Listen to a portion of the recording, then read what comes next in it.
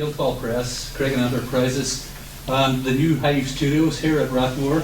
I'd like to welcome you all to the first Creggan Showcase. Just before we get into our two star guests and star presenter, can I take 30 seconds to explain what we're doing here tonight? But even just before that, just a quick reminder to everyone to turn off your phones. But such a well-bred crowd hardly needs reminding of that. I'm sure you know them all off already. Next year, Guildhall Press is going to be taking over responsibility for the Portrait of a City project. And as part of that, we want to develop the massive archive of film and photos that have already been accumulated this year and last. As it stands, I've uncovered a stunning range of images dating back more than 100 years, and we're confident that there's a huge amount more to come. For tonight, we've been looking up, with the help of both our guests, to source some wonderful footage and pictures of both Charlie and Tony and of many others as well. And we're delighted that these pieces of film and photographs will now sit as part of the City Archive for all time. But tonight, and at all our following showcases, not only will we be looking at the archive, but we'll also be collecting some of the stories, history and crack that goes along with the pictures. And we'll be recording all of this too for the archive and for future generations to enjoy and maybe laugh at our birthdays, sideburns and moustaches. We're aware that there's a lot of interest in this showcase beyond the city. Both our main guests, Charlie and Tony, they have children in far-flung parts, as do many others. So we're live streaming this event online tonight, and we're then going to edit it into a package which will sit on the Portrait of a City website and on Guildhall Press's websites also. This is the first time that there's been live streaming from the Hive Studios here, and it's all thanks to a very dedicated technical team of Kevin Hipsley, Joe McAllister over there, Nathaniel Harkin and Kieran Downey, and they put in a huge amount of hours to make sure this event can be seen all over the globe, and we do know that there are people watching it in the States and in Britain, so we're delighted that can happen. I'd also like to mention the rest of our production team: Conal McFeely, Joe Murray, Paul Hipsley, Jenny Doherty, Marie Donnelly, Declan Ferry, Paul Doherty and Sean Mullen, who helped out in many aspects of this production. And just before I start, a big well done to Jenny Doherty, who's just won a major award for her contribution to the arts in Donegal. So well done.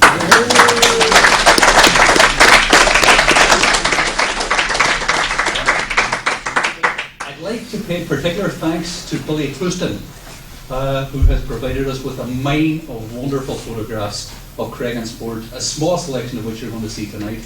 His entire sporting collection is currently being catalogued by the Portrait of a City staff and will be online for people to view very soon. And it's an extensive and wonderful collection, so everybody should be across that very soon. Finally, just a brief word on how pleased we are to have Richie Kelly chairing this first showcase. Richie is, of course, best known as the voice of sport in the Northwest through his work with BBC here over the past 30 years. He's also a former senior footballer for Finn Harps.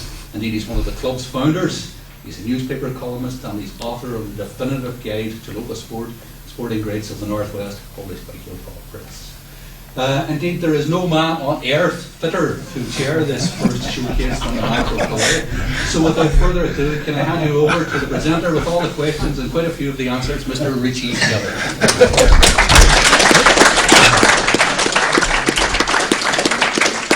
I thought for a moment there when he said fit that he was talking about Charlie. Good evening and welcome to what I hope is going to be an enjoyable look at the contribution Creggan has made to sport, not just here in the city of Derry, but nationally on a European and world stage. And sport has indeed been the heartbeat of Creggan for generations. Football was my game, and I can tell you that I played alongside many talented sons of Creggan. Indeed, it's remarkable when you look back and examine the records and you discover what a hotbed Creggan has been, in particular for football talent. Men like Terry Harkin, John O'Neill, Paul Ramsey, tonight's guest Tony O'Doherty, who all played for Northern Ireland, and of course James McLean, currently part of Noel King's first squad for the two upcoming matches the Republic of Ireland are about to play against Germany and Kazakhstan, the remaining World Cup games. Hilary Carlisle played alongside the great Eusebio in America. He played at the Las Vegas club. His brother Paul was a member of the Derry City's record-breaking treble team in 1989, the only time that's ever been done in League of Ireland football. And the Finn Harps team, I have to get in Finn Harps, that won the FAI Cup in 1974, had 6 Creggan men in the lineup. 6 players from Creggan were in the squad of 12 players that won the FAI Cup. And there's been a host of successful football teams in Creggan itself, some that come to mind immediately: Trojans, Don Bosco's, Athletic. And there have been many others, and other sports have also, of course, made a huge contribution to life in Creggan and to Creggan's sporting heritage. Sean Dolan's GAA club, the swimmer Liam Ball, went to 2 Olympic Games. In judo, Terry Watt was also an Olympian. Ray Cossum from Melmore was the first dairyman to swim the Channel. And the St Mary's Club has produced a host of outstanding boxers, including Damien McDermott and our other guest tonight, Charlie Nash. Both, of course, were national champions. In athletics, the brothers Paul and Jerry Craig both ran for Ireland and Northern Ireland at the World Cross Country Championships. Kirsty McMonigal, Paddy McLaughlin, Jerry Lynch and Charlie Bell are names that come to mind as part of the great Oak Leaf Club that dominated Ulster cross country running in the middle years of the last century. And Mary Lynch and Carmel Lynch helped develop athletics in Derry at club and schoolboys level. And of course, all of this coming out of Creggan. Now, as you know this, there are no multi-million pounds coaching academies in Creggan. So it's been the unstinting dedication of sports-loving, talented volunteers and coaches that has ensured such a production line of outstanding sports people. And we hope to dwell on that a wee bit tonight as we move on. But we're focusing tonight on 2 guests, both of whom have competed at the highest level in sport. I've already mentioned footballer Tony O'Doherty. Tony played alongside the immortal George Best at Wembley against England, and among his many other achievements, he played for 4 different clubs in European competition, which I think is pretty remarkable. And Charlie Nash went to the Olympic Games and then turned professional and became European champion, fought for a world title, and did something that not many boxers can do. He regained a European title. So these 2 men that we're speaking to are people who competed in what I would call the upper reaches of the sports great pantheon. They were really up there competing against people whom people would say, you know, that's as high as you can go. It's as high as you can go to play against the world football champions England, the reigning world champions. When Tony played against them, Charlie fought for a world title. I mean, I don't think you can be any higher, which is a remarkable achievement, I think, for them. And I also want to tell you, as Garwin was alluding to there, we have film footage of both men and rare photographs as well. So first then, let me introduce you to one of Ireland's greatest boxers, Charlie Nash.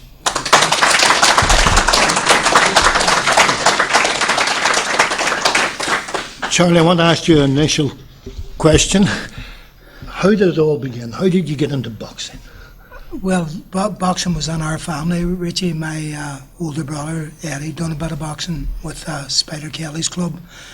We actually, when we grew up around the bog, and then the first house we got was in Springtown Camp. So it was only after, about 1957, we moved from 10 of a family, moved from Springtown Camp, and we got a house in Dunry Gardens, a 4-bedroom house. So it was only around 1957 then that whenever I moved to Creggan, and you know, you were in a street and you had plenty of friends about you, so you were playing a wee bit of football every day, you were playing different stuff with all your friends. And then a few years later, whenever I was 11, a couple of my friends asked me to go down to St Mary's Youth Club, which was at the top of Beechwood Avenue at the time. So I decided to go down there and join the youth club. So we're in the youth club for a couple of weeks and doing table tennis and the darts and the giraffes and stuff like that. But we had a good time and made plenty of new friends down there as well. And then one night in particular, a couple of my friends says, do you want to go up to the boxing club, up to the barn they called it? So I thought, well, I'll go up and have a look. So I went up, and Tommy Donnelly, he was training the younger boys, and I came over and he says, he's looking to join, and I says, yeah, can I watch for a wee while first? He says, just stand there and watch. So I stood there for about 10 minutes, and Tommy says, if you want to come back, it's every Tuesday and Thursday at 8 o'clock. So the next Tuesday or Thursday, I'll come up with my gear with me and joined the boxing club.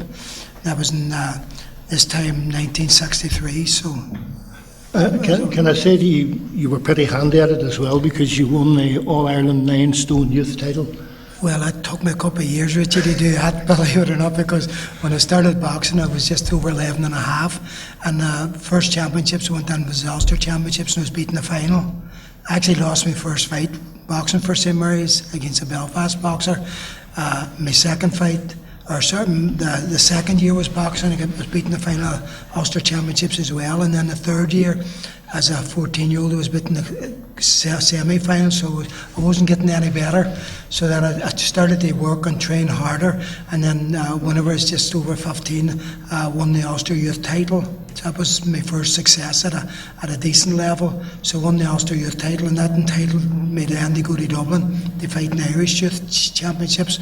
So I went to Dublin, not expecting to win, but I had 3 good fights in Dublin, and I ended up won the Irish Youth title as well. We have a photo of you here. Can you identify some of the boxers in that photo? That's my good friend Mousy Harkin, that is just in the right hand side sparring. Me and Mousy were good friends, and we had to actually box one another at one stage, and I beat him in points. It was probably one of the hardest things I had to do, because we were both in the same club, and if you're the same width, the same age, and you had to fight somebody at the same club, normally what Tommy would have done, it says, no, the better boxer, I'll have to go through, and the lesser boxer will withdraw. But Mousy was as good as me, so at the end of the day we had to fight one another, and I ended up beating him in a very close points decision, and that was in the local championships to get through the Ulster finals. So at the end of the day, and then you've got Damon McDermott there as well. Damon's over there, and you've got young fella called Josie Irwin, and you've got the Bradleys from East, and you've Bosco Haggerty as well, and you've my brother Wooly. Wooly was a boxer as well. Wooly's at the back right hand side there. Wooly was a young boxer as well whenever we were in the club. Wooly, as everybody knows, was shot in Bloody Sunday. He was only 19, but he was a very capable boxer, very strong boxer, very, very strong. He was a good fighter, he was tough. I think my skills laid in my technique and my tactics. You know, I wasn't a fighter, I was more or less a skillful boxer. I was sort of followed the likes of Muhammad Ali, where you were hit and move and not get hit. So that's the way I was taught to box. You weren't short in confidence? No, definitely. You had 300 fights as an amateur, and of course you boxed 39 times for Ireland, so you went on to be a pretty accomplished operator and an outstanding member of the Irish team. Yeah, well, I boxed for Ireland at the international level, and my first championships was the 71 European Championships in Madrid, and I beat a Bulgarian boxer and then lost to the reigning champion in a majority decision, Laszlo Urban from Hungary, and he ended up winning the silver medal. And then he was beat by Jan Szymanski from Poland in 71. So in the 72 Olympics, I beat a Danish boxer in my first fight. And then in the last 16, I knocked out a Mexican in the first round. And that got me into the quarterfinals, where I run into Jan Szymanski again from Poland. And he was a reigning European champion, so I knew it was going to be a tough fight. But unfortunately, I lost that fight. It was a very, very good fight, and I lost it. So he ended up winning the gold medal. And then the 73 European Championships, well, St Mary's had a very, very strong amateur boxing team at that time, and myself and Damon McDermott, we both went to Dublin to fight for St Mary's and the Irish Senior Championships at that time. And you both won Irish titles? We both won. Damon won the featherweight title, and then next I won the lightweight title. So we actually won the trophy. We shared the trophy with a top Dublin club at that time, for the best club in Ireland. So from St Mary's... Is that the trophy that we see here in this Well, the shield was I won the best boxer award, and then the cup was the best boxing club in Ireland. Best club in Ireland, and then the other one was just me cup for winning the senior title. So we actually came back with 3 trophies, and Damon came back with his as well. But Damon and I ended up winning. I went on and on. I continued to fight as an amateur. I ended up fighting an amateur at international level for 6 years, and I won 5 national senior titles. So I think it was the first dairy boxer to win an Irish senior title. Well, you were the first dairy boxer. I mean, I look back through the records, Charlie. There's no doubt about that. You were the first boxer to win an Irish senior title. I think I'm still the only ever boxer from Derry to won 5. I know we've quite a few that have won 3. You know, Roy Nash, my nephew, he won 3. Damien done quite well. Won 3. Damien won 3, and also you've got 2 Dudleys from Osemouth as well from Creggan, and I think it was Jerry Dudley, won 3. So I suppose the big leap forward then as a boxer was to qualify for the Olympic Games. That's correct. And you and Neil McLaughlin went to the 72 Olympics in Munich. It was fantastic because myself and Neil, and not only that, but the fact that Liam Ball he was a great swimmer at the time, and he qualified for Olympics as well. And then you Terry Watt, that was originally from Creggan, and Terry, he qualified to go as a judo expert as well. So they having 4 people from Creggan, such a small place, to go to the Olympic Games in 1972 was fantastic achievement for somebody somewhere small as Derry City. And of course, these are the 4 boxers, that's where the 4 competitors from here. Neil McLaughlin, from Derry, Liam, and myself. Which is a remarkable thing, isn't it, for 4 people from this small city in terms of the rest of the world. It's never happened since, and I don't think it will ever happen. If it does, it'll be a long, long time. No, and I should add there was a Donegal man there as well, Danny McDaid, who was running. So we had 5 competitors from this area. I want to talk to you a wee bit about the Olympic Games. Yeah. You got to the quarter-final, and I think. But before that, we have some film, I think, of your fight at the Olympic Games, and we can see that, can't we, Kevin?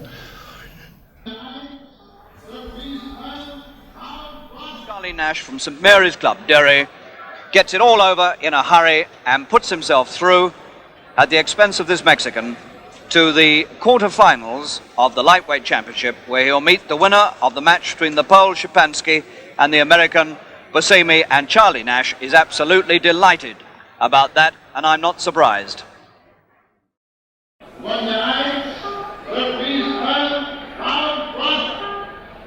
Here's the Irish champion, Charlie Nash, southpaw from Derry, in his second bout in this lightweight competition against Antonio Gin of Mexico. The Mexican, only 17 years old, one of the youngest men in the whole competition, was only 17 in June.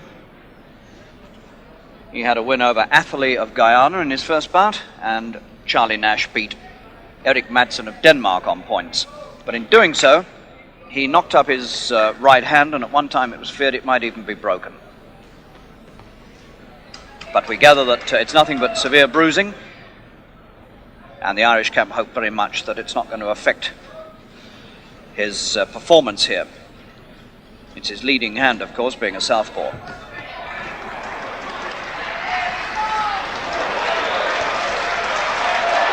And Nash puts the punches together, and there can't be much wrong with his hands if he can do that. And look at his legs. He's gone, this 17-year-old Mexican. Now then, will Mr. Tumman of Canada? No, he's stopped it, and that must be one of the quickest wins we've seen here in Munich. The Irish lightweight champion for the last 3 years, 21-year-old Charlie Nash from St Mary's Club, Derry, gets it all over in a hurry and puts himself through at the expense of this Mexican to the quarter-final. Aggrieved when you look back at that decision, don't you? Well, I do, because Richie, I thought I'd won that. Well, I was quite tired because it was my 3rd fight, and I think it was 4 or 5 days, and then I also had to train after I had a competition. I had to train maybe later on that night because you had to make the weight the next day to continue in the championships. So I'd actually busted up my knuckle, and it's still the same. Look. So that's where it all happened. But I had to train, so I was quite tired because having to make a weight and draining the body to make a weight, and then having to fight every so often, it was very, very tough on the body. But I sort of felt that against Szymanski. Started the fight well, I'd won the first round, and then he started to catch me a wee bit more in the second round. I started to tire a wee bit, and he came more into the fight in the second round, probably levelled up, very, very close. But then the referee started to getting my back for holding and for throwing and for, but he never got in Szymanski's back. Szymanski was getting out, he was holding me with one hand, he was hitting me other, he was hitting me in the back of the head, kept turning my head and he was hitting me. But the referee didn't do nothing with him at all. But then I ended up, the referee gave me a public warning and gave me 2 public warnings in the second round. The fight was stopped with about 10 seconds to go, and I think myself it could have went either way, but because of the public warnings, I think the chances of winning the fight were very, very slim. But Szymanski went on, and he was a reigning European champion from 71, and then he won the gold in 72 at the Olympics as well. So he proved that he was the best, and at least if I was going to lose, I lost to the gold medalist. Can I say to you, it was a remarkable feat that you went to the Olympic Games, because as you said earlier, your brother was killed on Bloody Sunday, and you got yourself together, and I think your family said, look, you must go and fight in the Olympic Games. And then the interesting thing was, you were coming from Derry, where we were in the midst of the Troubles. That's correct. And there was a lot of security in Derry, and suddenly you would have thought, having got to the Olympic Games, well, this will be enjoyable. I'm away from the kind of searches were going on in the streets of Derry. But instead of that, by a strange quirk of fate, the Black September movement kidnapped the Palestinian team or something. That's right, yeah. The Israel athletes. The Israeli team. And as a result of that, of course, you were suddenly back in a situation of high security. That's right.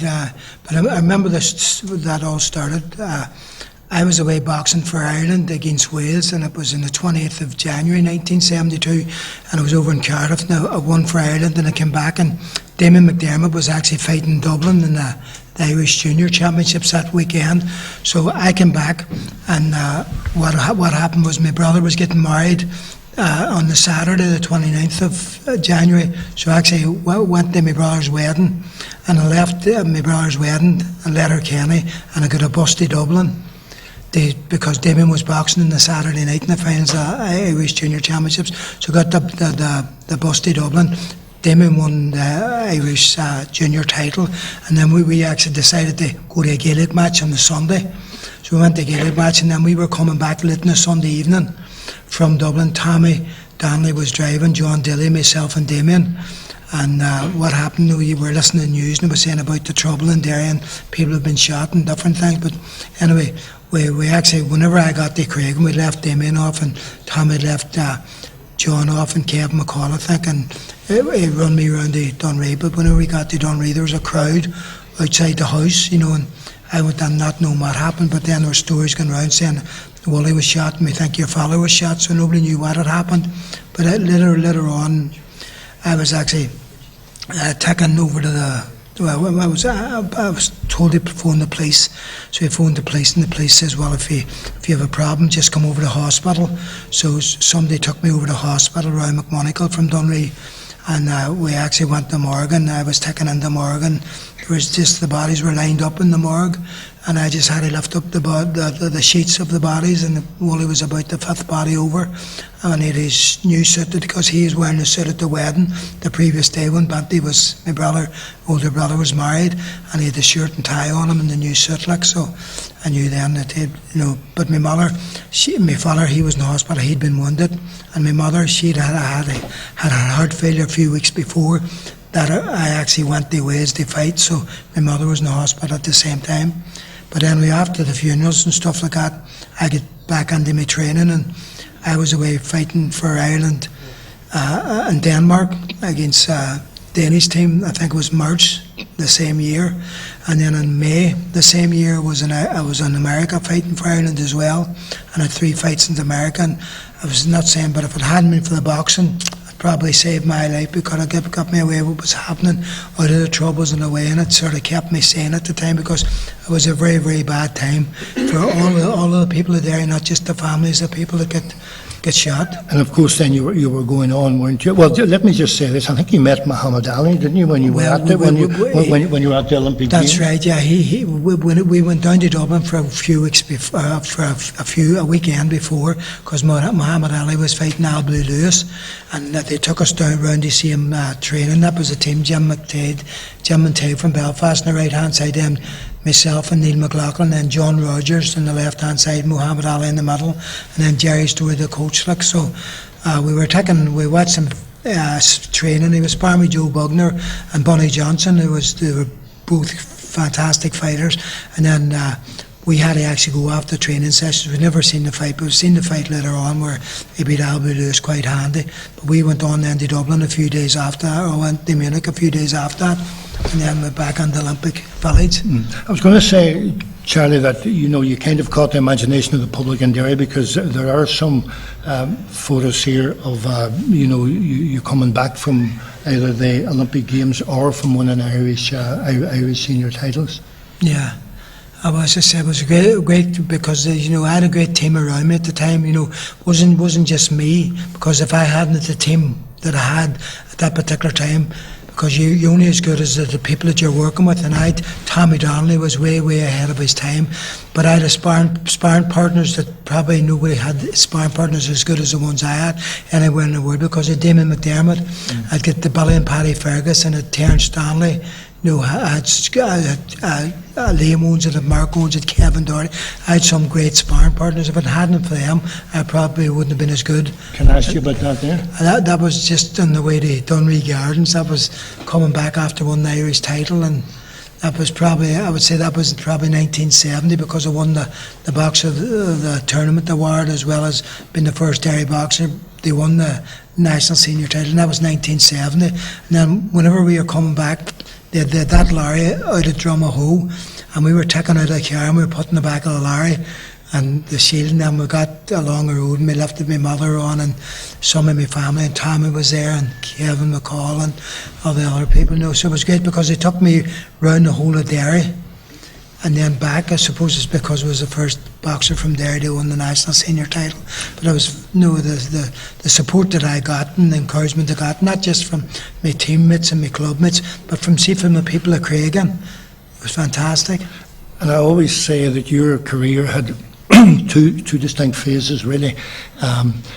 First of all, you were an outstanding amateur, and then of course you also did very well in the professional game. So basically, shortly after that, you turned professional, didn't you? Yeah. Well, what happened was I went to Europeans in '71, lost a silver medalist. I went to Europeans in '73, lost a gold medalist, and then in '75, the same Simon Cutter from Romania, he beat me in '73 and he beat me in '75, and they won gold medals at both of them. So at the end of the day, I came back in '75, and I was married. I had met a beautiful girl in the back of one of them lorries. Funny enough, she was lifted onto one of the lorries that coming back from the Olympic Games. So the boxing was worthwhile. And then what happened is she came over and she was introduced to the four boxers, or the four Olympic people that went to the Olympics: Neil McLaughlin, Terry Watt, Liam Boyle, myself.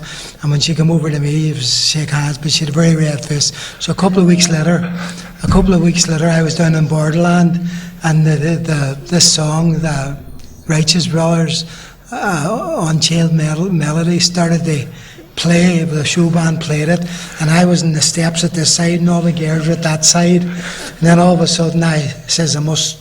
And then it was a dive. As there was in those days. I thought I wasn't fast enough, Richie, because I thought, no, I'm not. They're all gone. And I looked behind me, and there was a scare stand behind me. And we're married 40 years in 2nd of August. That's brilliant. So I met her in the back of a lorry, and we're married 40 years. So it's just lucky she stand behind me, because at the end of if she hadn't been behind me, we might have never met. That's right. And if you hadn't been up in that lorry, hadn't been a boxer, you might not have met either. So there you've boxing to thank for that as well. So what happened is I got married in 73. 73, and then what happened? My memory's not that good.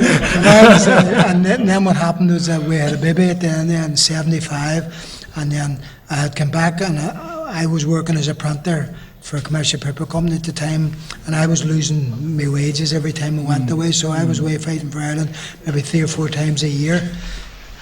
So then I got to the stage where I had no money left, all my savings had gone, and I thought, I'm going to retire. You decided then that you could earn money by turning professional? No, I just decided first I'm going to retire, so I just told Tommy I was retiring from amateur boxing, and just a couple of newspaper articles wrote about me retiring. Then I got a phone call a few days later from a boy in Belfast, a boy called Jerry Hassett, who was a former professional light heavyweight fighter, and he asked me would I be interested in turning professional. I said, well, should we come down and talk to you?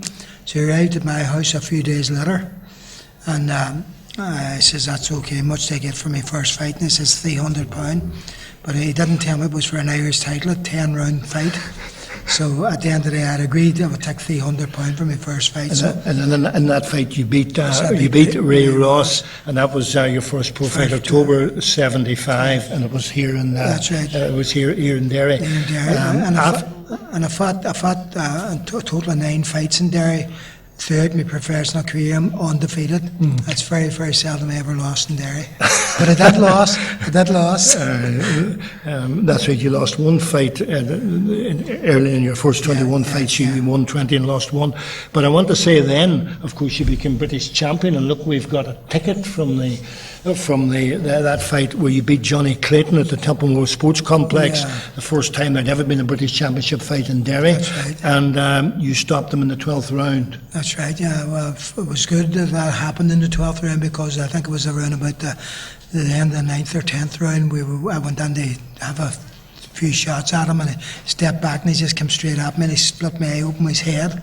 So I was badly cut in the 11th round, I think, and then I actually think I cut him, but I caught him with quite a few good, clean, hard punches, I think, and then the referee stepped in, but never gave him a count. But the round ended, but then the actual referee went to both corners at the end of the 12th round, and next thing he put the hands up and stopped the fight. So I didn't understand what had happened until they announced the decision that I had won the fight, because Johnny Clinton there was a regulation or a rule in the boxing, a professional boxing rule, and the rule was that if a boxer had led by 10 points, the fight automatically had to be stopped, because you only get 10 points for a knockout.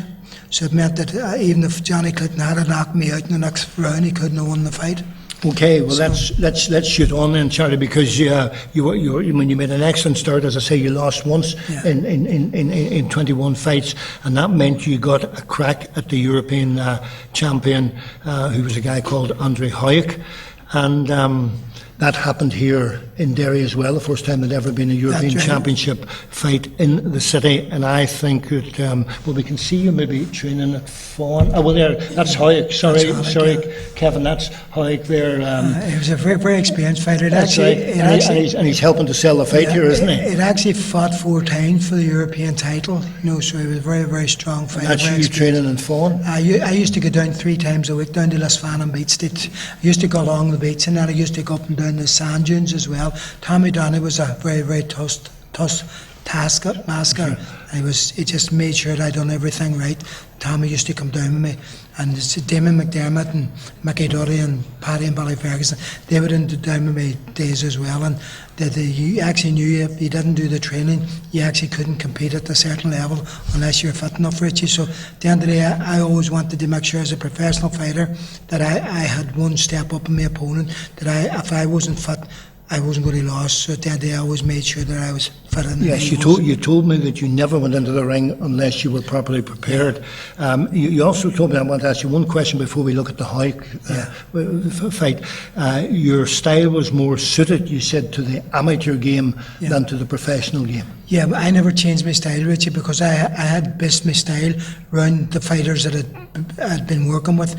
Damon McDermott, Paddy Ferguson, Billy Ferguson, Mickey Doherty, the boys that I spar with, because I had to boost my style around them, because at the end of the day, whenever I was sparring with him every other night of the week, at the end of the day, I had to make sure that I let them hit me too often, otherwise. So when you became a professional, you had to improve your strength? I had to improve my strength, so at the end of the day, I didn't change my style, as long as I trained harder, trained and made sure there was more built up bigger stamina. I run more, I worked harder, spent more time in the gym.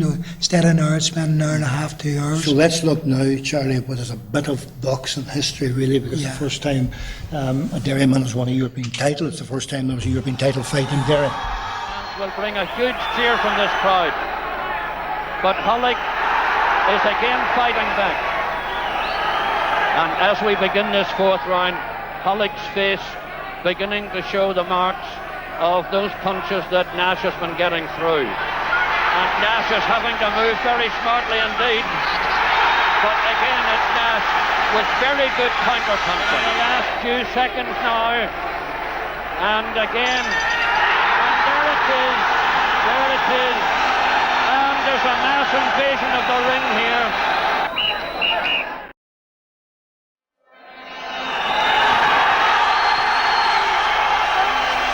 Of the Templemore Sports Complex in Derry, heralding the most important night in the boxing life of Charlie Nash.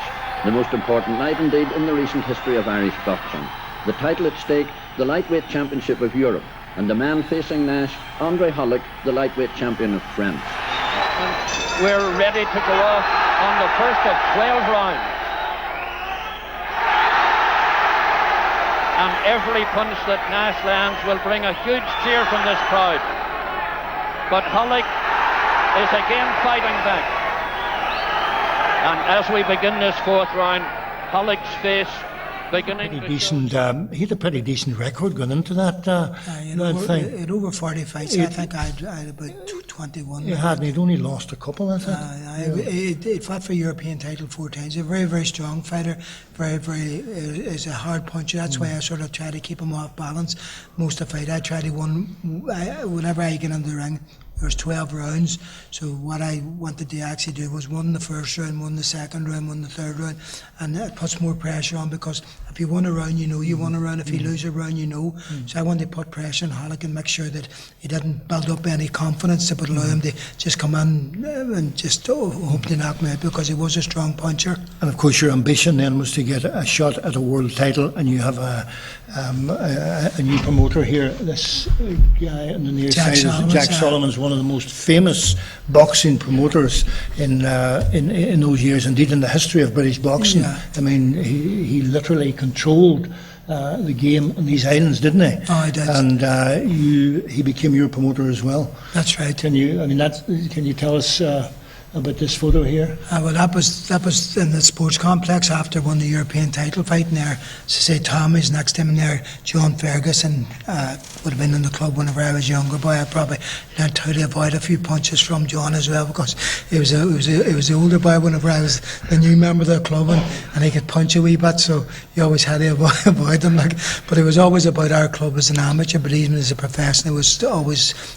about the club, and always there to help whenever anybody needed it. And then, of course, you defended the title against Ken Buchanan in Copenhagen. Well, after winning the European title in Derry, then what happened was that my ambition was to fight Jim Watt, because Watt had been the British title champion, and whenever he held the British title, Jack put a record purse offer to get him to come to Derry to fight me. Jack won the purse offers, but rather than fight me, he relinquished the title.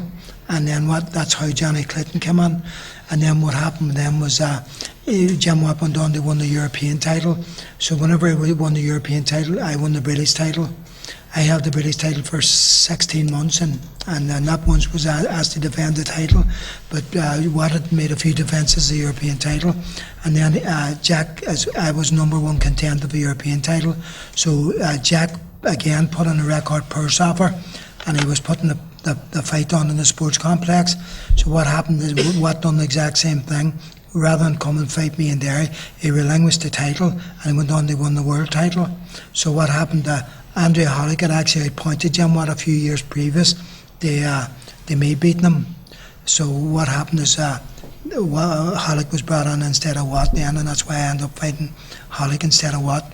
But ultimately you did get to fight Oh, Watt. well, what happened then? I had to fight Ken Buchanan. My first defence of the European title was Jack was actually sick at the time, and it was December 1979, and the actual fight went out to purse offers, but Jack hadn't been well for quite a few months, and Ken Buchanan's people in Denmark, Morgan Pally Promotions, their company won the purse offer for to promote the European title fight, the European title in defence Copenhagen. in Copenhagen. So I had to go to Copenhagen to defend my title against Buchanan, and Which you did successfully. I did successfully. Yeah. It was a very, very tough fight, but Buchanan was a very experienced fighter, very knowledgeable. Tactics, he knew exactly what he was going to do. So at the end of the day, I was just lucky enough to hold on for the 12 rounds and retain the title. Okay, but it meant then that you had this world title fight against Jim Watt, hadn't you? Well, a few weeks after beat Buchanan, then I got a phone call because Jack Solomons died a few weeks later. Jack actually died a few weeks after I beat Buchanan in Denmark, and I got a phone call from Mickey Duff to my house, asked me would I fight Jim Watt for the world title in Kelvin Hall in Glasgow.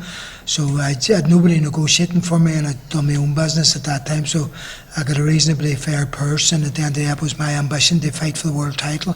So I'd already won the European title, and I'd made a defence of it, so I'd got the belt for that. And then I decided I wanted the world title fight, so I agreed to fight Watt in Glasgow. And we're going to see that fight now, because again you're making history in fighting for. Yeah, you're not going to show it all, are you? Well, the one thing about boxing, Charlie, it's a hard world, isn't it? And as you well know, and Well, my wife have never seen that. Oh, actually not. But you have escaped from it relatively unscathed, and you did remarkably well, because you were quite clever generally. But unfortunately, this fight didn't go the way you wanted it. But it bring good memories back to me anyway, Richie. Okay, so we're going to have a look at the fight for the World Lightweight Championship. Charlie Nash. WBC Lightweight Championship is on its way. The Battle of Southpaws. What has been known to make a slow start in big fights.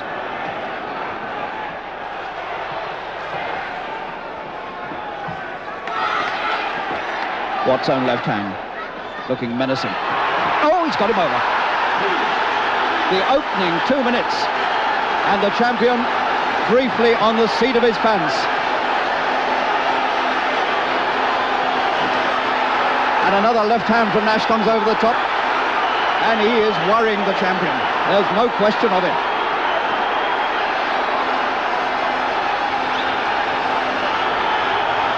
He's finding the way over the top with left hands. The challenger could not have made a better start. And Nash is cut. Nash is cut over the left eye. What an amazing start to this World Championship fight. Watt on the seat of his pants one moment, and Charlie Nash cut the next. A vivid red smear above the left eye of Nash as the bell ends an astonishing opening round.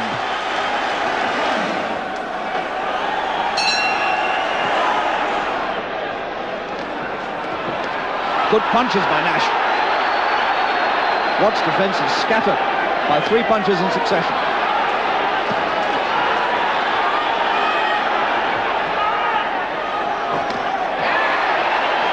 Well, they've both gone over together. He caught Watt with a good punch, and I think Jim went into clinch and he forced Nash off his feet.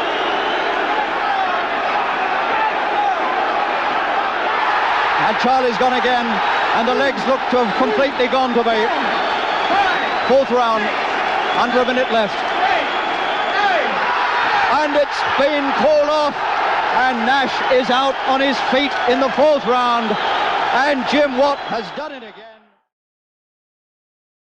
Nash not quite ready. That fight, how much did that cut eye destroy all your plans? How much did it change your tactics? It changed them completely, Richie, because the plan was to go out in the first round, because Watt was a very strong fighter.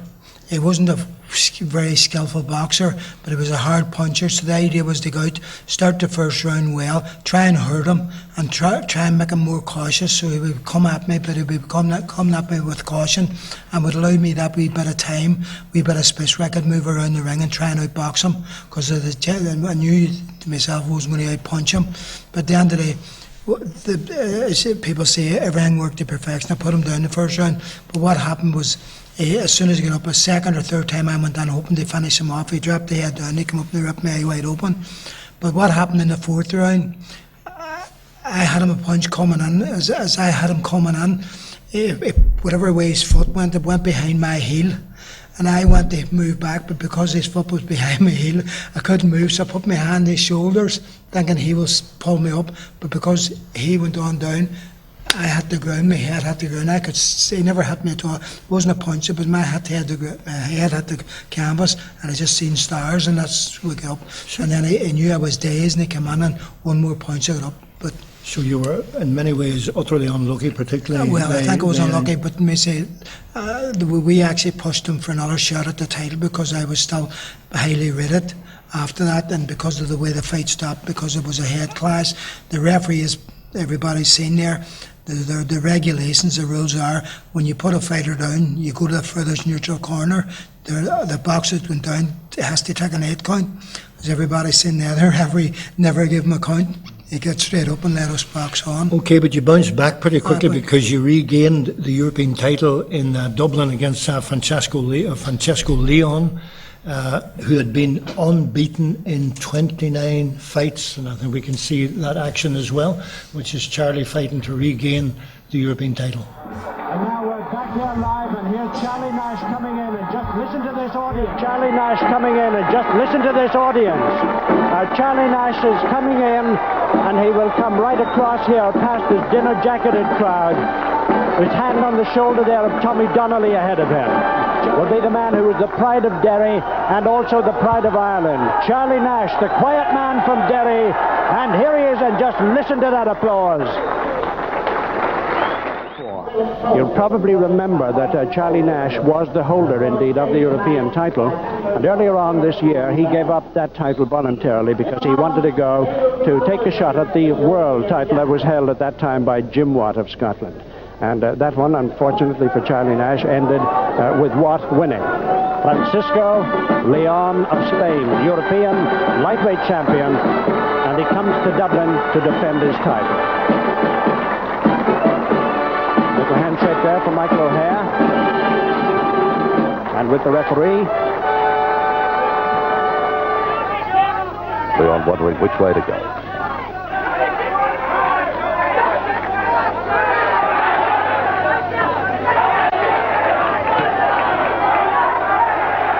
They touch gloves and off they go for this, the 12th and final round. With the European title at stake here, the champion Leon from Spain, the challenger is Charlie Nash.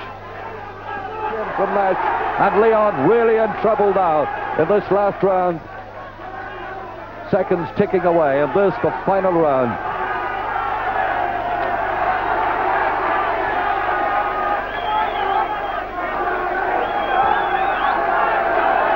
Leon almost desperate now, wild with his punches. Still trying to land the big one, but it's too late. And Charlie Nash delighted with his performance. He must feel a winner, as indeed does almost everyone in this hall.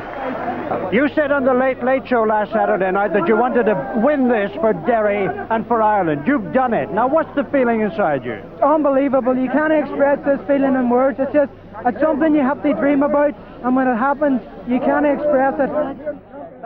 The second time, which I think Charlie's marvellous. It's not easy to regain titles, as we know. I mean, a small number of boxers have, but it's fairly unusual.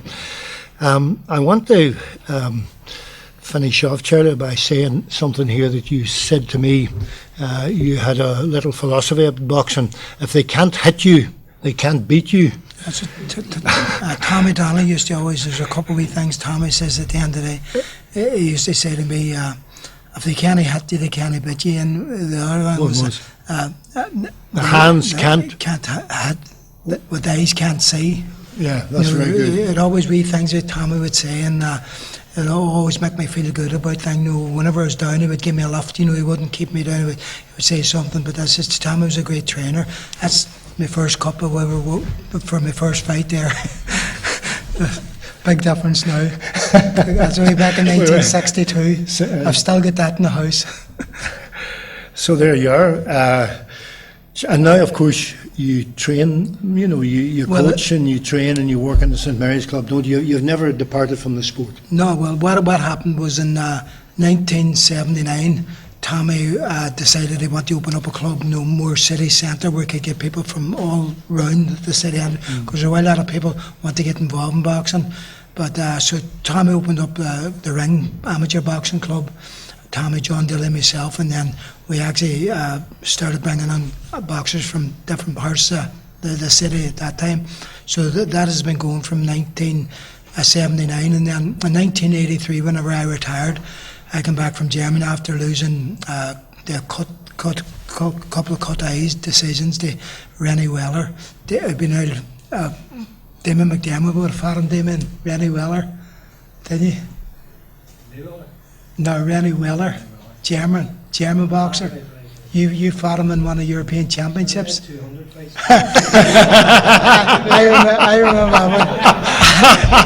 I remember one. No, they beat Damon Hack was in the European Championships in '73. He beat you. You know, it was a tough fight, like, you know. But he had turned professional as well, and he was unbeaten. And I was asked to go out there to Germany to Cologne to fight him in a WAA world title fight. And I went out and headbutt it there and headbutt it there. So then they lost the fight between the fifth and sixth round. So I came back and I'd made up my mind that's me retired. So I told Tom I was retired. He says, right, he says, you're retired. He says, you're taking over running the club now. It's the Ring Boxing Club, and he says, I'm going to move up to president and I'm looking, he'll organise things. So from 1983, I've been coach now to the Ring Amateur Boxing Club. So that's just 30 years. And Tommy's been the president, and Tommy's actually just taking his retirement now from the boxing. So Tommy's actually, we're having a wee do tomorrow night for Tommy in the City Hotel, celebrating his 50 years being involved as a coach and a trainer, as well as a mentor and a fatherly figure to all the boxers that come out of St Mary's and the Ring Boxing Club. Can I ask you one final question? What do you think of the state of amateur boxing in Derry now? I mean, you were talking about you and Damien. Damien was 3 times Irish champion. You were 5 times Irish champion. You were regular internationals on the Ireland team. What way is boxing now? Well, boxing's great in Derry at the minute, you know, but what it is we still are struggling to get the national senior champions or Ulster senior champions. When myself and Damien were boxing for St Mary's, we were winning Ulster senior titles, we were winning Irish senior titles, and then the boys were coming behind us and winning them, like Billy Ferguson, like Mickey Duddy, like, you know, Billy Patsy Ferguson. You know, people were coming behind us, but like, it doesn't happen too often when you get Derry boxers that are winning Ulster senior titles. We have had a few won them, but see, when they go to Dublin there, it's very, very difficult. But amateur boxing has moved on a lot since, Richie, because you have a high performance set up now. Amateur boxers at certain levels, if you won Irish titles at cadet level, at youth level, at junior level, intermediate level or senior level, you're going to get funded, you're going to get finance. So at the end of the day, you don't have to work anymore, you're actually getting funding. So you don't have to worry about working, you can train 5 days a week in Dublin and come home for the weekend. So, but I still think it's very difficult for Derry and for the Northwest region to produce Irish senior champions. Now, when we were doing it in our club at the time, it was difficult enough then, but I think it's far, far harder to produce those champions now. Okay, well, here's a man who was champion, Irish champion 5 times, fought for the world title, European champion twice. Marvellous boxing career, wasn't it? Irish and British. Irish, I forgot that.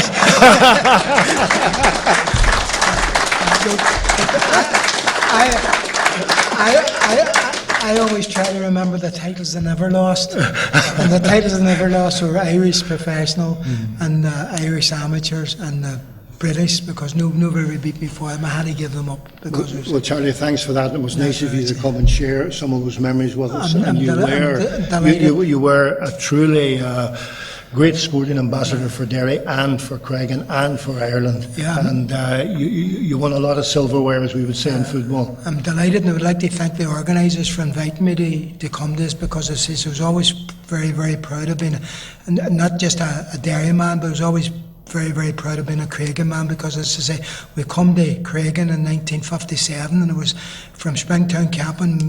My mother and father, and we had 10 of a family, and we ended up with 13. So at the end of the day, it was great to get a house out of Springtown camp and get a decent house. And then it was so handy to the club, because I had only a couple of 100 yards to walk instead of a long way, so it was handy for me, Richie. But I was always very, very proud, very delighted to be a Creggan man, born and bred. Well done.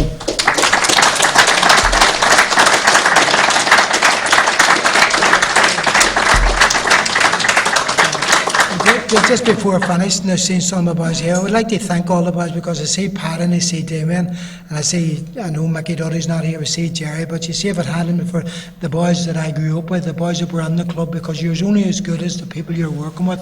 And Tommy Donnelly was years. Tommy Donnelly used to, Damien know and Pat I know. Remember Tommy used to make us do circuit training? Damien, you remember that? Circuit training between halfway through training. Circuit training now, what we used to do then, they call it strength and conditioning training now. But Tommy was that far ahead of his time. But people are doing things now that Tommy done in the late 60s and early 70s. And that's what made me the boxer was. And Damien and Paddy and Billy, the boxers they were. Which is why you won 5 Irish titles and Damien won 3. That's great. Well, that was fantastic, but tremendous. Thanks very much, Charlie. All right, Jay. And thanks very much, everybody, for coming, and I hope you enjoyed what you heard.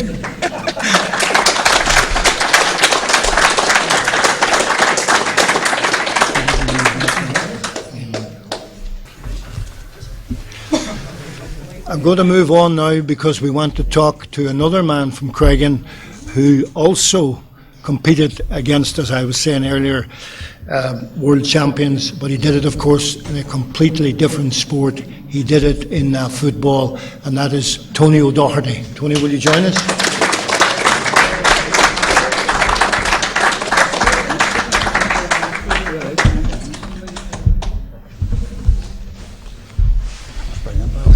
Well done. Tony, I'm going to take you back to the beginning as well, because you played a lot. Can we go back as far as Well, I hope your memory can carry us back. Derry and district football, you were playing football, weren't you, as a young man in the Derry and District League and the underage tournaments as well? Well, that was it. You know, in those days there was no other football. They've dozens of different leagues now, but back then, I see a photograph, that's my father had one of the teams that he ran, and there was nothing else but the D&D, underage and then senior. There were none of these multitude of AstroTurf pitches and leagues that you have now. There was only 7 or 8 teams in the city, you know, and that's you had to be.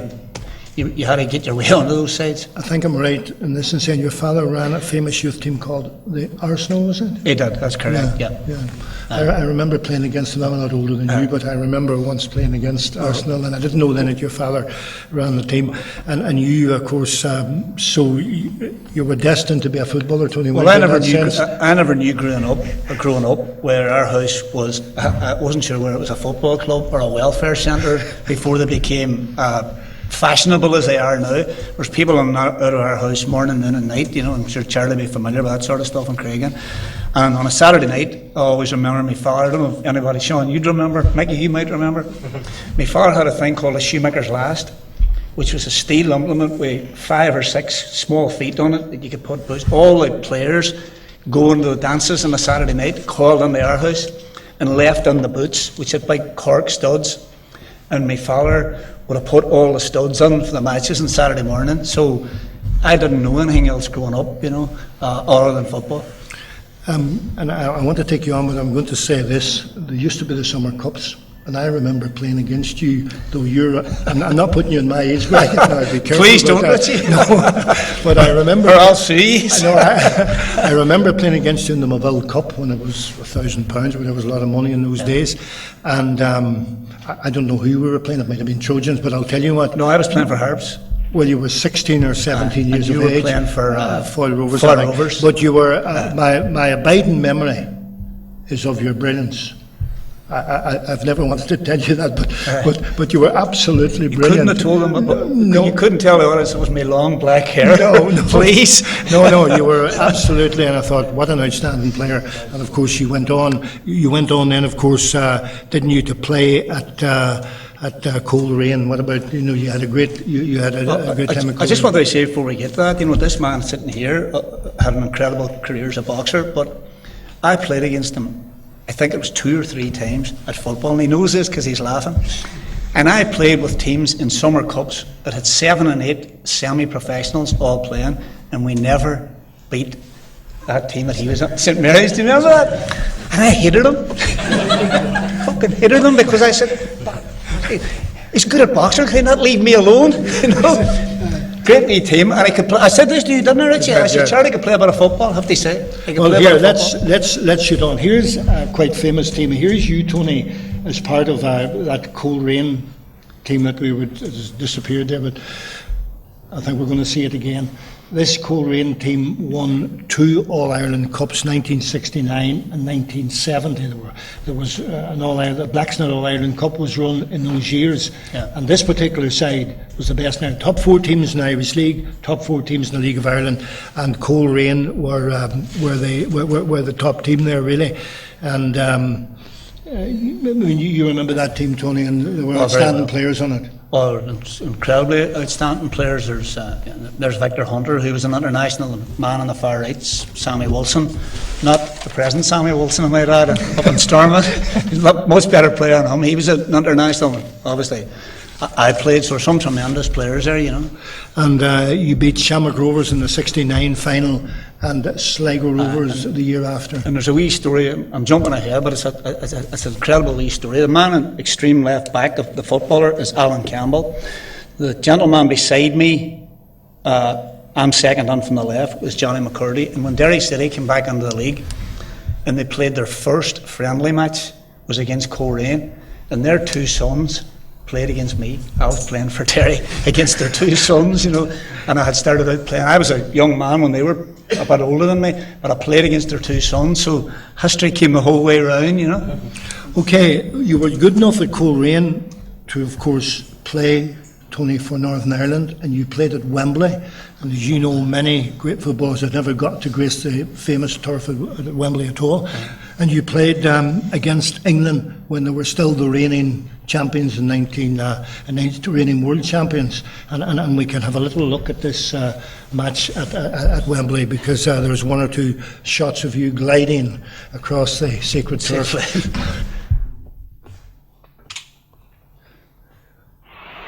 Bobby Charlton.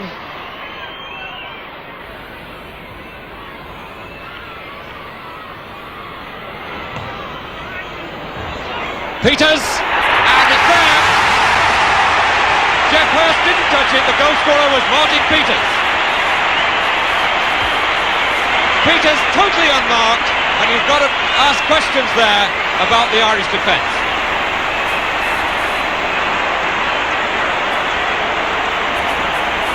So England in the lead through Martin Peters after 5.5 minutes.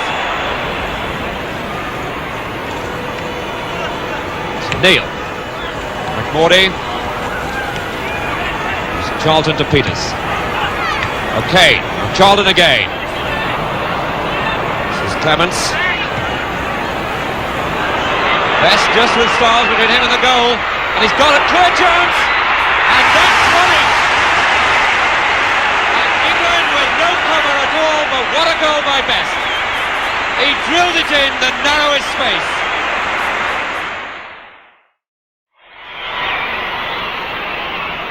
Bobby Charlton.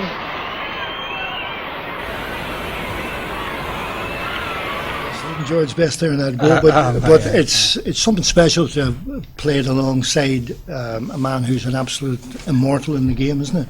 Well, it is indeed, and the one thing I would say about George Best, and I played 2.5 seasons with him, is he came from a working class background, and he never forgot that, and he loved a bit of crack with the boys, and he would have been sitting here tonight if he was still alive with me and Charlie, and it would have been as natural as anything for him.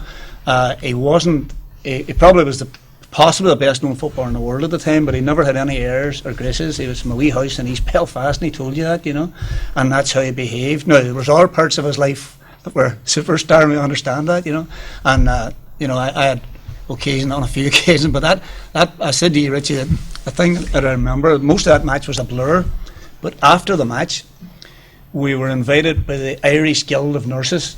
Now, this is the female versions, to a reception, and there was every good-looking young Irish girl that was in London at that time must have been there, and I have never been able to work out where they were all running, getting best tea, bottles of wine, etc. I had to get my own stuff. I've never been able to work that out, but that was his nature. He could get on with anybody, and it was an absolute pleasure to have played with him. They left me in abiding memory. He broke my wrist in Spain. He broke my wrist in Spain, and we were playing in Europe the following week, so I had to get a cast on it, and Victor Hunter took a chisel to the cast and told me that I was a wump.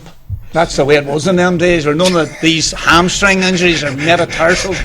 Took the cast off, and I played on, and to this day I can do nothing with that hand. So George, up above, brilliant fella, left me, and another wee quick memory, he came back many years later to Derry with Rodney Marsh in a touring show, and they were in the DuPont Club, and I went down to see him, and he said to me, great stuff, love to see you, come out to Everglades with us afterwards. It was a freezing cold winter's night, I'll never forget it, and I thought, well, it doesn't matter, because we'll get on the limousine, we'll go out to Everglades, we'll have a few drinks, and the crack will be good, So we finished for the night, and they had the manager of this show, 2 showgears, Rodney Marsh, George Best, myself, the driver, and a pile of equipment fired into the back of a transit van, and George, sit your arse down there, and we all sat with our backsides, including the gears, on the floor, and we're driven to the Everglades. So that shows you the kind of George Best. He had no airs or graces, he was just one of us, really, despite his incredible talent, You have a story about that particular photo. If I could just go back, Kevin, for a second, sorry, to the initial photo with you and Terry Harkin, I think in... That's in Russia. It's in Russia. Yeah.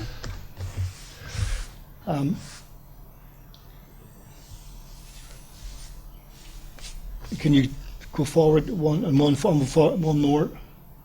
That one there. There's this one there. That's just that one. Just let's say that. There are two wee quick stories. In those days, there was no such thing as mobile phones or any of that stuff. I was at 10 o'clock mass, which everybody did in those days as well. I came out at 10 o'clock mass, there was a crowd of people waiting on me, and said, get up quick, your mother wants you. Which run up the lane, and there was a telegram from the Irish Football Association saying that the team was leaving that night from London to go to play Russia, and was then the Nations Cup. And remember, this is communist Russia behind the Iron Curtain. With a taxi, from Foyle Taxis, it was in those days, would be arriving at 12 o'clock to take me to Aldergrove, and the ticket would be all that stuff, right? The whole street weighed in. Somebody gave me a suitcase.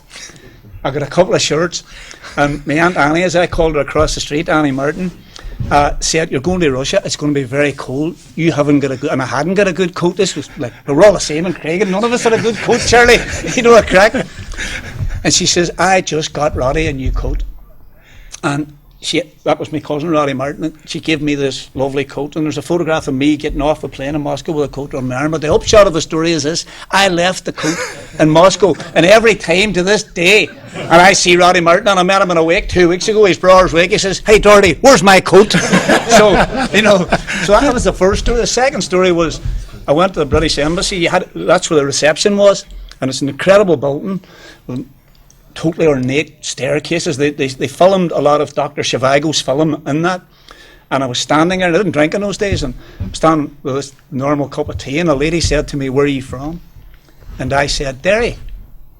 And she said, no, I know you're from Derry. And remember, this is communist Russia behind the Iron Curtain. We needed visas to get in, even though we were international footballers. And she said, I know you're from Derry. What part of Derry are you from? And I said, I couldn't believe this conversation. I said, Creggan? And she said, no, I don't know Creggan. I said, well, I was born in Abrandal. Oh, no, Abrandal. She turned out to be Andy Cole's sister, who had the pub in the Strand Road. She had married a British naval officer who had then become a consular official, and he had been posted to Moscow. So it's a true story that they say no matter where you go, you'll run into Derry. People, that's communist Russia, 1971, and here's a woman asking me about the Brandywell, you know. Tony, I want to say then that you took a career break to do community work, didn't you? And we have some photos of that in Creggan for a time. And this is you. Well, we started I couldn't see the point of going out night after night across barricades, and the city was in turmoil. I was playing with Creggan and I was playing international. I just couldn't see the point of it, and I gave it up. And myself and Charlie Tierney, Billy Houston, Stevie Nash, and a few others, and Jerry Dudley was a wee bit younger than us. Not as much younger as he tells people, but a wee bit younger. And then he joined us later, and we decided to run the Creggan Football Association. There was over 600 kids involved in that, and some great. That was possibly one of the happiest times of my life, I have to say. And you created a football pitch in Creggan, didn't you? Well, I think Charlie Tierney and myself can take responsibility for what they're now playing in the Bishop's Field. There was no pitch there. It was. I'll be very careful what I say. Statute of limitations. Charlie doesn't run out, but we, Charlie and myself and a few others, liberated some goalposts from a city council yard. Got some help from Barney Mullen, who was at that stage building Glenone in posts and ropes, and got a lining machine which we also liberated, and started that pitch. And we set up the Bishop, what you now see as the Bishop's Field. We set that pitch up, run those competitions, for which we had incredible support from all over the city. And that's, you see some of it there. You're making a presentation there. That's the see Jerry and the Francie McFadden, who's a well-known referee. That's right. And that went on. Those competitions went on all day, and under the night as much as we could, as daylight. Can you tell us about this team? Well, there's a very famous footballer beside me. Actually, that's Billy Nealis. Oh yes, beside me, and that's Stevie Nash that I mentioned there. And Charlie Tierney's down there. Yeah, as well. Yes, he is indeed. Charlie's there. Charlie wasn't a bad player, Was he not? No, he wasn't a bad player. That doesn't let me say, but he was. But I stayed out of football for nearly 2 years. That's a D&D match, obviously, is it?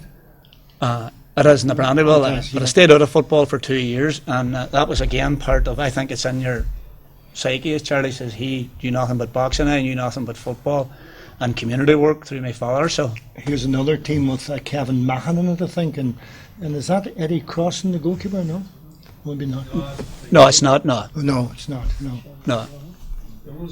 That's my brother. Donald's there. That's right. That's right. Yeah. That's Kevin Mahan. You're quite right. Yeah. And these were all teams that played in this wee league. Yeah.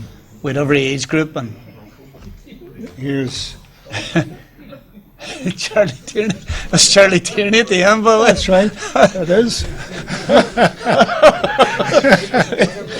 He'll never speak to me. He'll never speak to me again. And here's a team with a man who was later to be the station manager in BBC Radio 4. That's correct. Mickey McGowan's the manager. Yeah. Is there any other players you recognise there? No, not really from that really. But as I say, I was probably happier there than I was anywhere else. Now, looking back, the 2 years obviously finished me at what I thought was the top level. I thought my football career was over. But I was going to ask you that question. Did you realise? I did. When you were stopping it, if I'm not playing at this fast, quick level of football. I didn't when I made the decision.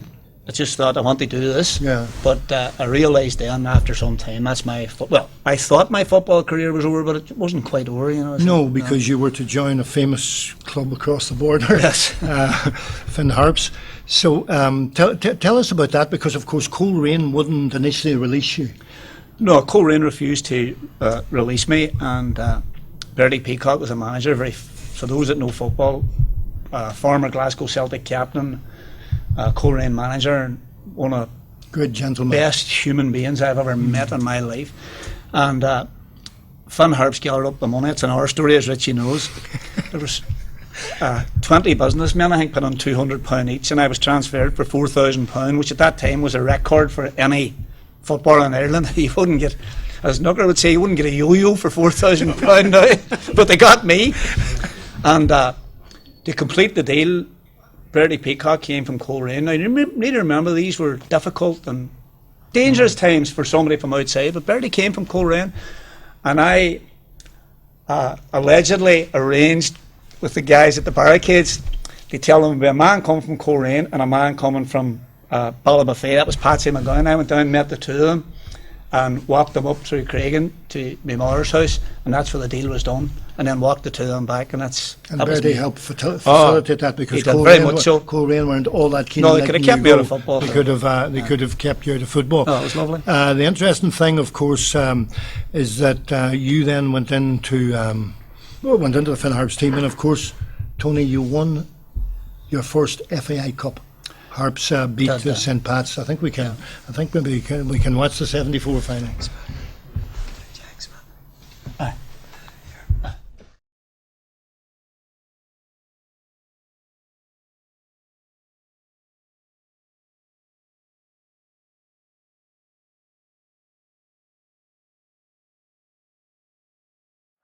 Then McGranahan, Doyle, Smith. Oh, it's a nice cross for Bradley's head.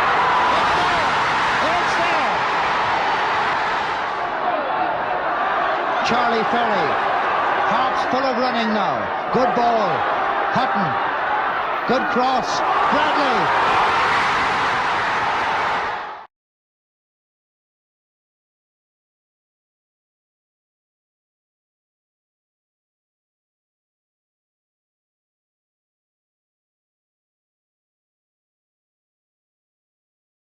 And the interesting thing about that match as well is that the Finn Harps 12 players had 6 players from Creggan. There was Tony, there was Donald, his brother, who came on as sub, there was Chang Smith, there was Declan McDowell, Paddy McGrory, and Big Brendan Bradley, who scored 2 goals. Big Brendan, who went on to is the top goal scorer in League of Ireland football. And I think he's going to stay there, though Jason Byrne had been 20 or so behind him, but I haven't seen when I saw Jason Byrne in the Brandywell recently, he doesn't look like he's going to get those extra, whatever he needs, 25, 26 goals. So that was only my 3rd game that season, if you remember, It was only your 3rd game that season. I got injured in the 2nd game of the season. I got a bad injury and I didn't play at all. Tony was saying 20 local business. What happened was Coleraine wanted £4,000, which, as Tony said, was a lot of money. And Fran Fields, who was a dynamic chairman at Harps, and he went and got 40, I think, according to the figures I see, 40 businessmen. He brought them all together in Jackson's Hotel or Keys Hotel, and he made them produce £100 per man. And that's where the 4,000. So when Harps won the cup and Tony came on and played, or Tony started on the bench but came on as sub, didn't you? No, sorry, you started. I'm thinking of the Dundalk match. You started the match and you had a quite outstanding match. Fran was able to say the £100 a head man delivered. And I was telling Richie, Donegal's a very political county in the sense that they all like to be associated with, big success. You ever notice anything they do? These 40-foot lorries are about 300 men on the, up and down. And after the final, everybody I met was saying, "Hey boy, I paid for you." Everybody. Richie said there were 40. By the end of that night, I reckon there's about 3,000 that paid for me. There was that many claiming it. Anyhow, after that, Tony, you went on to win another FAI Cup medal when you played for Dundalk against Sligo Rovers. Well, I had retired again. Somebody said I had more clubs, and the other one about more clubs than Jack Nicholson. I had retired again, and Jim McLaughlin had come and watched a summer cup game in Derry and seen me playing.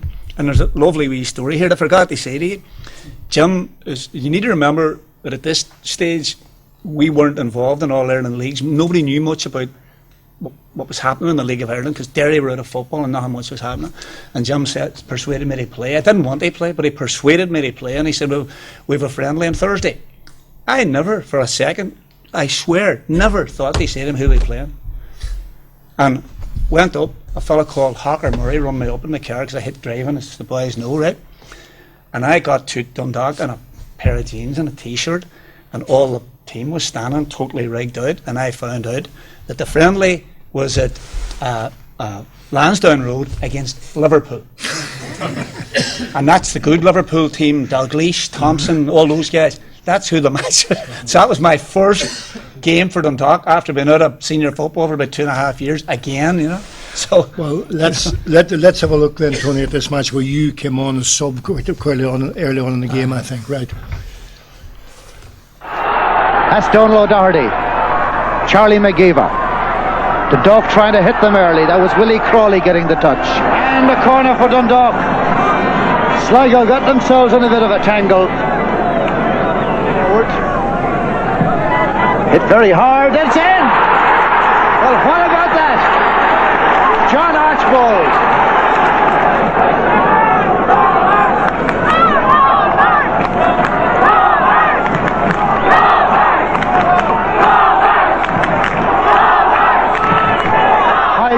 By McGorty, I don't think he meant it, but it's a dangerous play and an indirect free kick.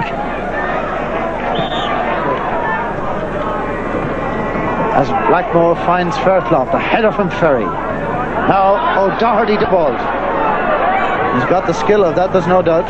Now it's Flanagan to McConville. It's going to break down to the head of McGeever. Now Tony O'Doherty.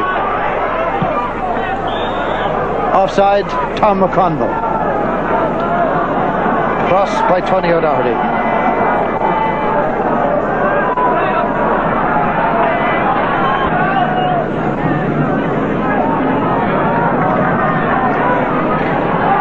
Sean Byrne finally gets it out of danger, and here's Fairclough. Escape Sheridan. This can wrap up the cup. Has completed the dream comeback. And Sligo want to bring in their second substitute, so 26 players will have played in the cup final. Martin McDonnell about to come in for Donal O'Doherty. Donal O'Doherty injured, and Martin McDonnell, an 18-year-old from Sligo, gets a cup final run. Well, we've had the strange story of the O'Doherty brothers. One started the game and had to go off injured. The other started the game on the bench and finishes the game on the winning team. And so to the presentation, Dermot Keeley, the captain, receiving the trophy from FAI President Brendan Menton. A great moment for Dundalk. Simply great time too for John Archbold and Mick Fairclough. And so Mick Fairclough to kick off the cup. Simply great time too for John Archbold and Mick. There we are. Tony wins the second FAI Cup medal. There's always, all the stories I remember, never anything to do with football. During that game, I had been involved in an altercation with my brother on the pitch, and I accidentally kicked him. Some would say it wasn't accidentally. But my wife had gone to the game with Donald's wife, who had run my wife up in the car, and she took great umbrage the fact that I had kicked Donald and told my wife to tell me to find her own way home, which is a true story, which we did. A man called Enda McGull, remember the great Enda McGull at Dundalk, yes, run me and my wife the whole way to Derry. Catherine wouldn't give us a lift back because I'd kicked Donald. So, you know, there you are. That's marvellous. Let me say that that was interesting because Tony's brother Donald was playing for Sligo and he was on the opposite side, but whenever Finn Harps won the cup, Donald and Tony were on the same side, and it's the first time two brothers played, two Derrymen played on the same cup winning, two brothers from Derry on the same cup winning team, and so there we have them again appearing now, but on the opposite side, which is a bit there's some kind of record there, Tony, in terms of that. Let me say this for you, let me take you on then. The interesting thing then is, of course, you played then, Tony, altogether you played for 4 teams in Europe: Coleraine, Finn Harps, Dundalk, Ballymena United. 4 teams in Europe. And I think, and in playing for Ballymena United, of course, you played against Roma and Falcao. Oh, best player in the world. Yeah. For those old enough to remember the 1982 World Cup, he was the blonde-haired Brazilian who dominated the World Cup, but they unfortunately went out 3-2 to Italy. But I had asked him, another story, nothing to do with football, but they're all these stories. I had asked him in Ballymena for his jersey, and he had said to me, very nice man, I will give it to you in Rome. He gave me his jersey, which obviously, this guy was the best player in the world at that stage, so I treasured the jersey and I brought it home. But a man who I thought I might have been here tonight, Eddie Mahan, was going on holidays.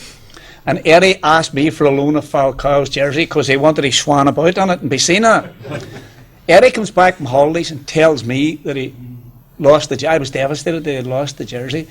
I find out about a year later that Eddie had run into Gordon McQueen, who played centre-half for Man United, and wanting to impress Gordon, had swapped Gordon my jersey for 2 Scottish international jerseys, which I had about as much use for, you know. So Eddie and I still argue, fight and debate over that, but I mean there were 60,000 at that game in Rome, you know. Can I tell you, and can I tell you that in that match as well, we checked the teams that the man who managed Chelsea recently, Carlo Ancelotti played in that match as well. So you played against Ancelotti. And then, Tony, I think what's occupying you really after that, because you're at the end of your football career, is an attempt to revive football in Derry, because Derry were out of senior football, remember, for 13 years after, from 72 to 85. So in that period, towards the end of that long absence, there's moves afoot, and one of the initial efforts that was made was to put a team into the Irish League called Derry United. That's correct, yeah.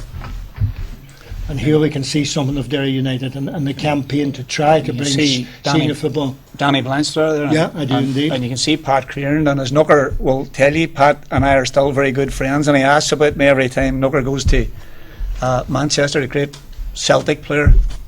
So you were enlisting the help of all sorts of figures there to try and get Derry United into the Irish League, but of course it was a wasted campaign, wasn't it? There was absolutely no chance. And then of course, Tony, four of you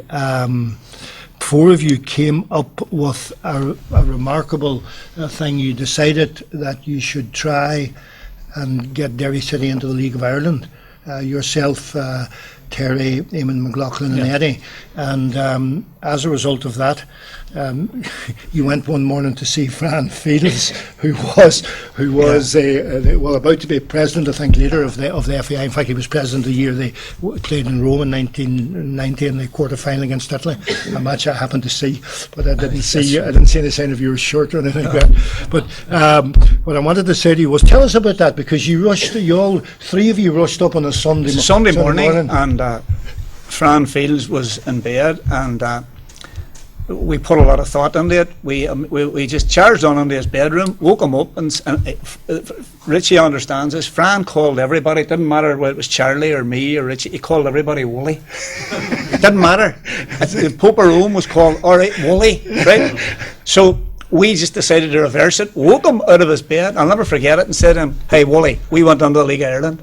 That's right, and he woke up and said, all right, well, we'll sort that. And that's what he said. And Fran was probably the prime mover in the Irish circles in getting Derry back into football, you know. Yeah, but and can I say that it's a strange thing to be to awaken on a Sunday morning at 10 o'clock and find 4 guys standing over your bed, or 3. But we had a press conference, and as the campaign gained momentum, we had a press conference in the Shelbourne Hotel in Dublin, and everybody, I mean everybody was there. Everybody, the Lord Mayor of Dublin, Charlie Haughey had sent a representative, everybody, and it was going absolutely brilliantly. When Eamon Dunphy was there, Johnny Giles, they were all there, old guys that I would know, and it was going great until I put my foot on it.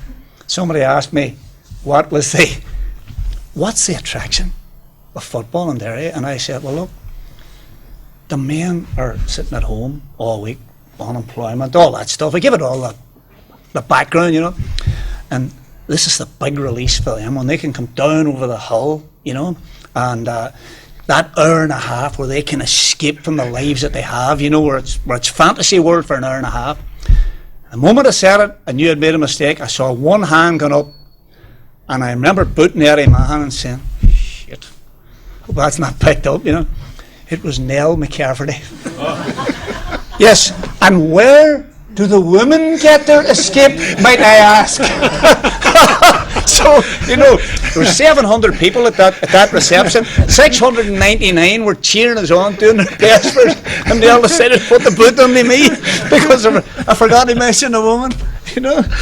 Well, listen, Derry... Not that we're good friends now, I have to say. Derry did, of course, get into senior football, and they began with a famous match in 1965, and it was against the Brandywell. 85, sorry, yeah. I've gone too far, I just realised that. 85. Fast forward. Very quickly too. 1985, and in the Brandywell home farm. And let's have a look at that, because this man, right at the end of his career, got an opportunity to play for his native city.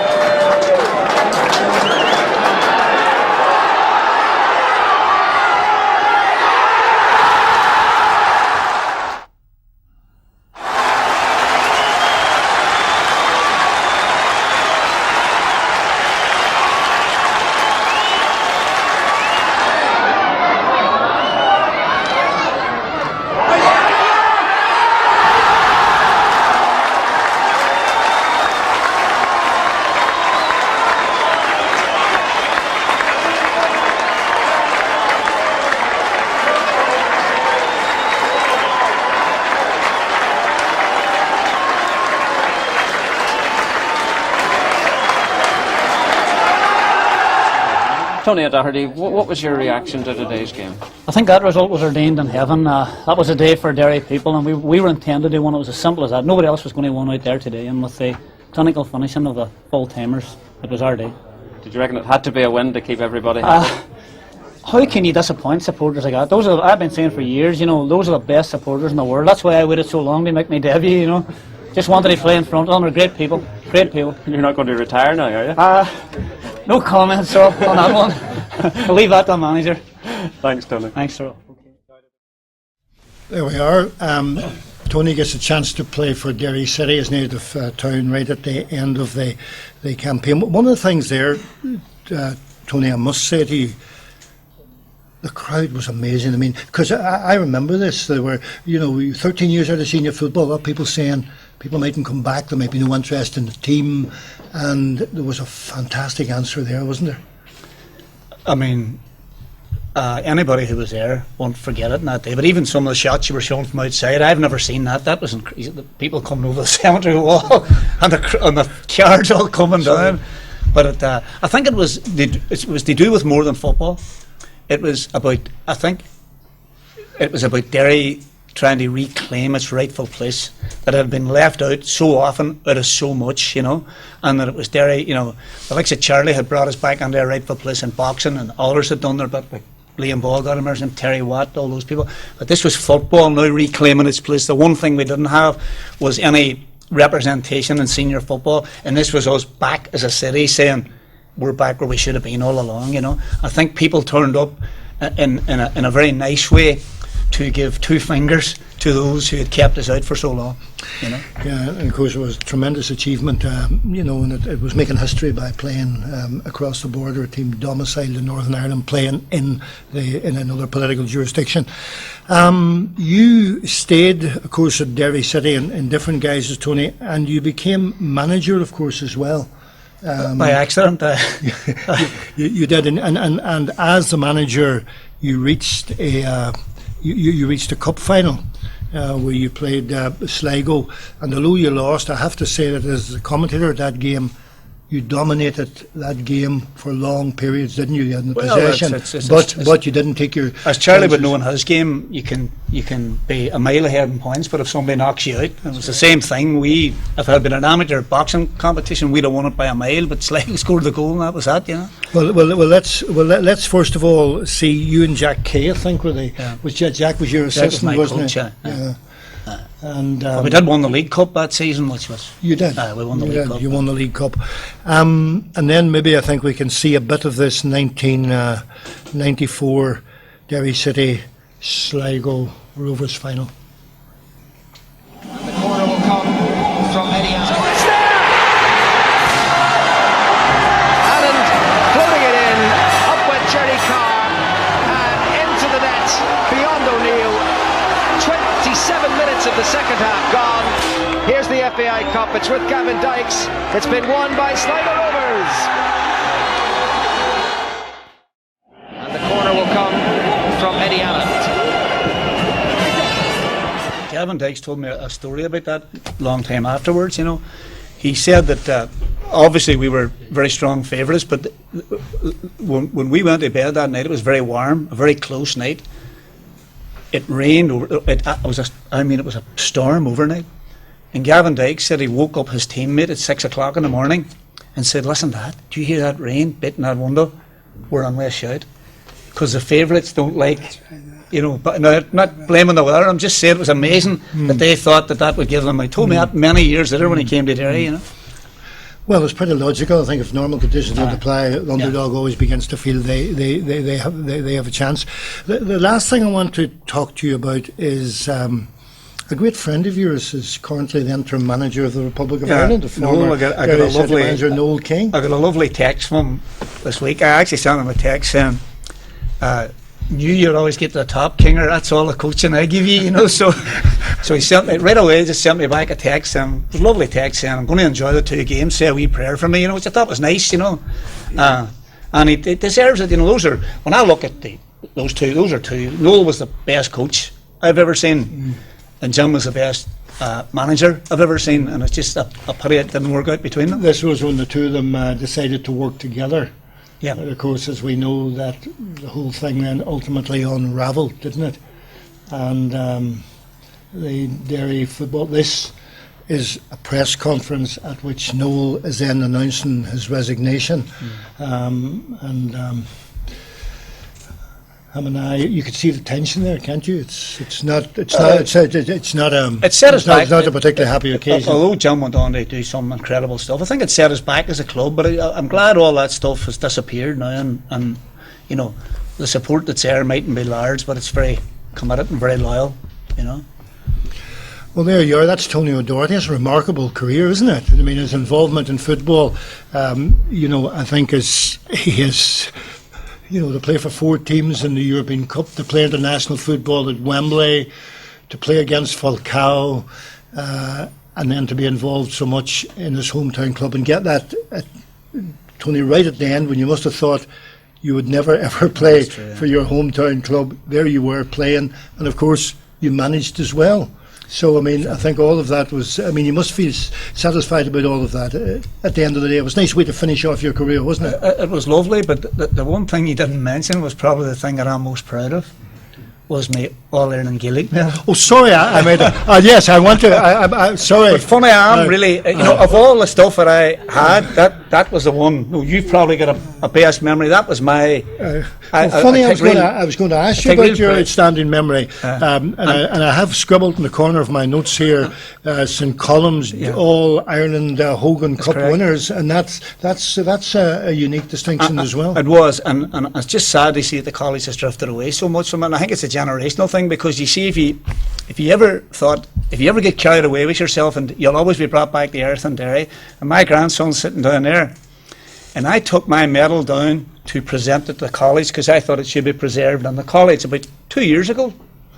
Mr McGinty was still the principal, and I was presenting it to Mr McGinty. Father McQuillan was along with me, who managed the team, and my grandson came out of one of his classes, and I said to the principal, "That's my grandson," and he called him over and he said, "Do you know your grandfather won that All-Ireland medal?" And Shane looked at it and says, Right, put the bag over his shoulder and walked on.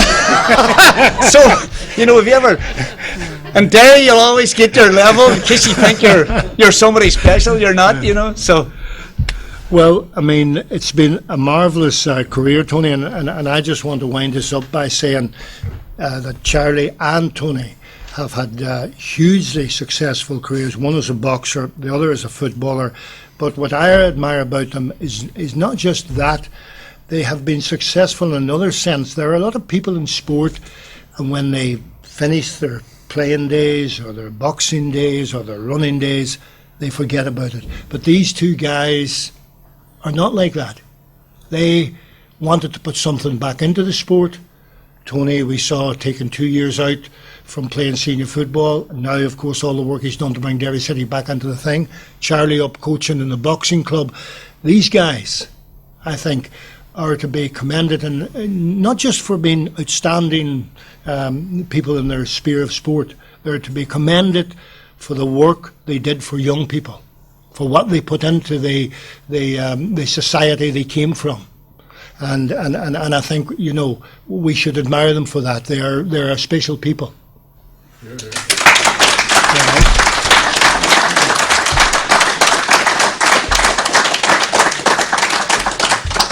I don't think there's anything else I can say. I was going to ask you, Tony, have you any particular memory or anything else that stands out apart from that Gaelic football? No, it's a strange thing, but all the years that I played professional football and soccer, but my abiding memory is the All-Ireland final for St. Columns. It's just one of those things. And a comradeship with those guys that... And I haven't seen some of them for 30 years, more, 40 years, and I still feel that comradeship, you know. So I think that to me, plus the time that I spent in the Creggan Football Association with Nooker, Billy, Stevie, Big Jerry and all the boys, and Charlie alluded to that when he said, you know, that he wouldn't have, without all those guys around you, and I'm exactly the same, without all those, my mates at the college back then, and my mates now, who have kept for life, by the way, you know. I want to ask you one final question. What do you think has made Creggan so special in terms of sport? Well, going back to when I was running about, and I'm obviously older than Charlie, but I think I could speak for Charlie in this. Hunger.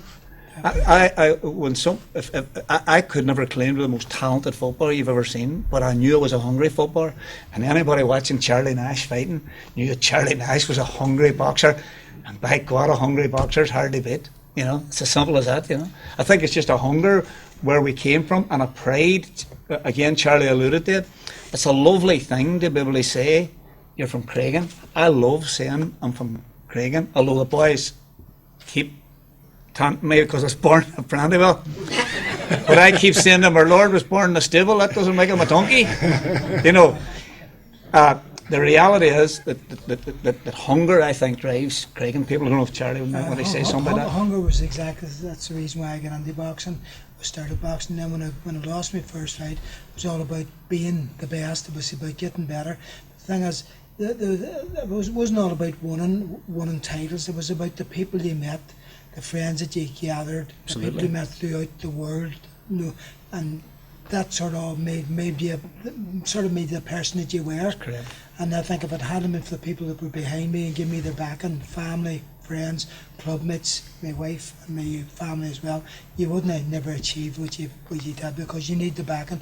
Plus the fact that, as I say, 9 times as a professional I fought in Derry and I never lost. If I had to get what to Derry. Exactly, Charlie. So that's okay. So there you are. I just make that final point again to wind this up. I mean, these two guys were hugely successful, but they're kind of special in terms of what they put into their communities, in terms of the work they did with young people, in terms of making sure that young people were not on streets in this city, which were very dangerous places, as you alluded to earlier, and so did Charlie to be. When you boys were coaching and trying to keep them and trying to do that, keep them away from keep people away from violence. Throughout my 30 years as a coach, Richie, we have taken young boxers from 11 right up to 34, and we've taken them all over the country.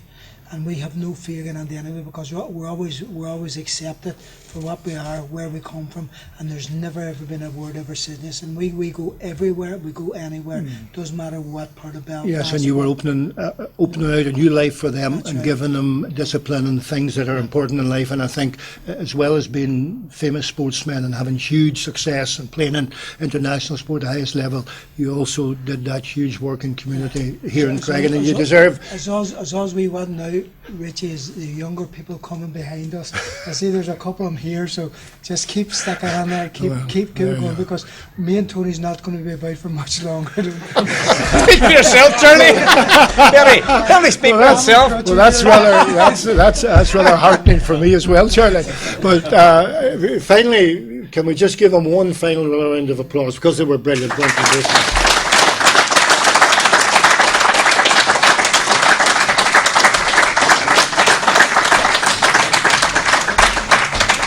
see you again, Chris.